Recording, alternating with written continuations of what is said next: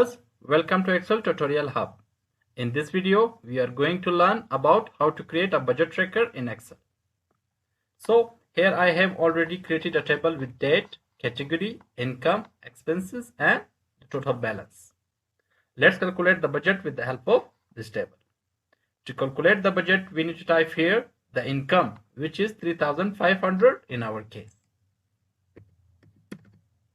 Now press enter. Now in this cell we need to type is equal to income minus expenses plus balance, which is 3,500, and press enter.